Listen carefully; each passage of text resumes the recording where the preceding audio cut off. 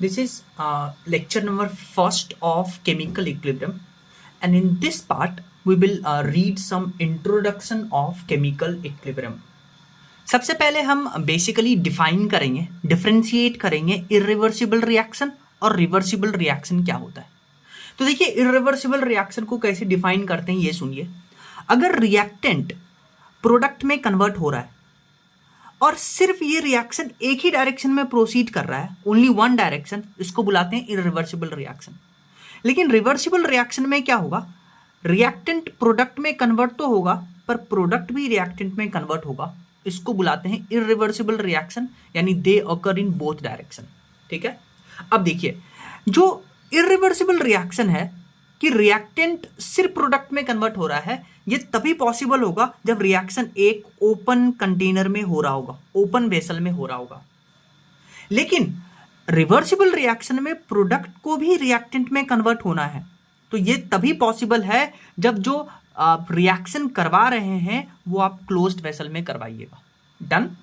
अच्छा, यहां reactant 100% complete होगा प्रोडक्ट में, तो यहां पे इक्विलिब्रियम स्टेबलिश नहीं होगा, तो reactant almost completely convert into product, इसीलिए ये reaction irreversible reaction will not attain equilibrium. वहीं पे रिवर्सिबल रिएक्शन में रिएक्टेंट प्रोडक्ट में कन्वर्ट होते हैं, प्रोडक्ट रिएक्टेंट में कन्वर्ट होते हैं, तो ये रिएक्शन हमेशा इक्विलिब्रियम अटेन करता है और reactant never completely converts into product. अब जैसे आप केमिकल काइनेटिक्स में पढ़ के आते हैं कि रेट ऑफ रिएक्शन का फॉर्मूला होता है change in concentration upon change in time, या प्रेशर के टर्म्स में बोले तो change in pressure upon change in time. ठीक है, और इसका यूनिट कंसंट्रेशन का होता है molarity, molarity into time inverse, और प्रेशर का unit ATM, ATM into time inverse. और आप क्या कहते हैं कि जब भी कॉन्सेंट्रेशन ऑफ रिएक्टेंट बढ़ाते हैं तो रेट ऑफ रिएक्शन बढ़ता है, जैसे for example N2 plus 3H2 gives 2NH3। ठीक है, तो इसमें अगर आप रिएक्टेंट का कॉन्सेंट्रेशन बढ़ाइएगा तो रेट ऑफ रिएक्शन बढ़ेगा according to Le Chatelier principle. और अगर आप टेम्परेचर बढ़ाते हैं तो आपको पता है काइनेटिक एनर्जी बढ़ता है मॉलिक्यूल का, मॉलिक्यूल आसानी से कोलिजन करेंगे तो रेट ऑफ रिएक्शन बढ़ेगा। और कैटलिस्ट, अगर हम पॉजिटिव कैटलिस्ट की बात करते हैं तो पॉजिटिव कैटलिस्ट जो थ्रेशोल्ड एनर्जी है उसको डिक्रीज करता है, तो एक्टिवेशन एनर्जी को डिक्रीज करेगा और रेट ऑफ रिएक्शन बढ़ाएगा। ठीक है, तो ये पॉइंट याद रखिएगा। अब अगर मान लीजिए आपके पास कोई एक रिएक्शन है A goes to B, A जब B में कन्वर्ट होता है तो उसको बुलाते हैं इस रेट ऑफ रिएक्शन को रेट ऑफ फॉरवर्ड रिएक्शन, और जब B A में कन्वर्ट होता है बैकवर्ड, इसको बुलाते हैं rate of backward reaction.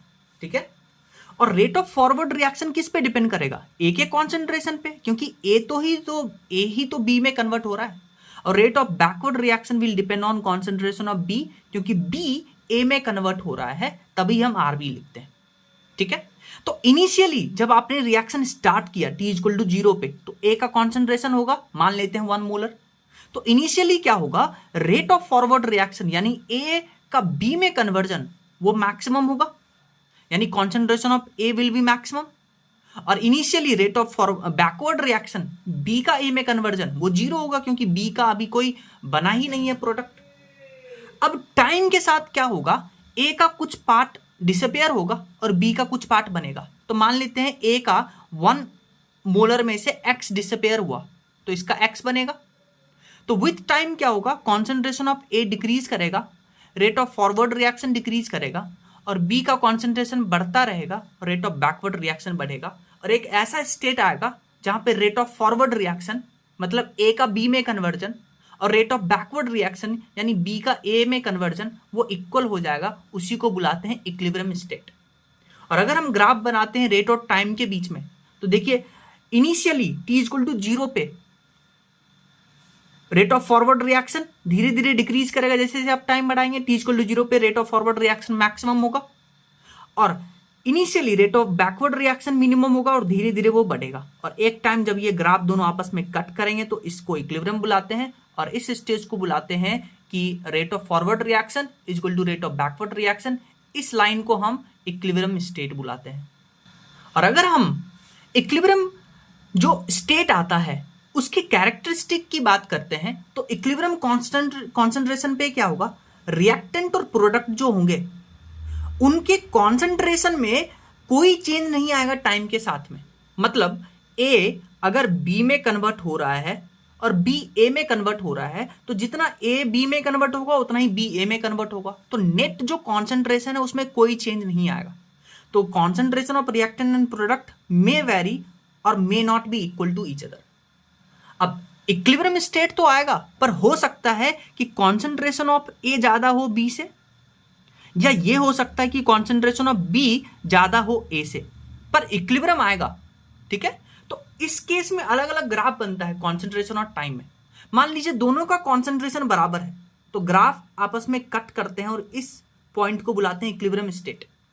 A decrease करेगा, बी का कॉन्सेंट्रेशन इंक्रीज करेगा, जब वो बराबर होंगे तो ग्राफ कट करेगा। मान लीजिए ए का कॉन्सेंट्रेशन ज्यादा होगा बी से, तो ए का ग्राफ ऐसा बनेगा, बी का ग्राफ ऐसा बनेगा। तो देखिए ए का कॉन्सेंट्रेशन ये लाइन है, तो ए का कॉन्सेंट्रेशन ज्यादा होगा बी से। अभी भी ये इक्विलिब्रियम कंडीशन है, पर ये ग्राफ ध्यान में रखिएगा कब बनेगा, जब concentration of a will be greater than b. Similarly अगर concentration of b is greater than a, तो b is greater than a, यानी बी का ये लाइन बनेगा, ऊपर जाइएगा कॉन्सेंट्रेशन बढ़ेगा, और ए का ये लाइन बनेगा। तो अभी भी इक्विलिब्रियम अचीव हो रहा है, पर बी का कॉन्सेंट्रेशन ज्यादा है ए से। तो ये तीन ग्राफ आपको ध्यान में रखना पड़ेगा। कुछ और इंपॉर्टेंट पॉइंट सुनिए। जब ए बी में कन्वर्ट हो रहा था, बी ए में कन्वर्ट हो रहा था, और हम अगर इक्विलिब्रियम स्टेट की बात करते हैं तो हम बुलाते हैं कि जो इक्विलिब्रियम स्टेट होता है it is dynamic in nature.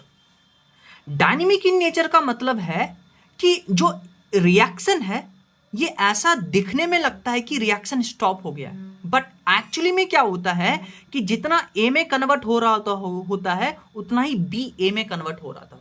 तो it is dynamic in nature, that is at equilibrium the reaction appears to be stopped but in actual occurs in both direction at same speed। ठीक है, और जितने भी measurable properties हैं जैसे कि temperature, pressure, concentration, density, colour, ये time के साथ डिपेंड नहीं करता है इक्विलिब्रियम स्टेट पे। तो याद रखिएगा at equilibrium state all measurable properties like temperature, pressure, concentration, density, colour etcetera do not change with time. और इक्विलिब्रियम स्टेट जब अचीव होता है तो कैटलिस्ट का यहां पे कोई रोल नहीं बचता है। तो catalyst has no effect on equilibrium state, it only decreases the time taken to attain the equilibrium. हाँ, कैटलिस्ट इक्विलिब्रियम स्टेट को अचीव करने के लिए जो टाइम लगा उसको डिक्रीज कर सकता है, पर इक्विलिब्रियम स्टेट को अफेक्ट नहीं कर सकता है। और कैसे टाइम जो डिक्रीज है टाइम टेकन में वो कैसे अटेन करेगा, by equally increasing both rate of forward reaction and rate of backward reaction.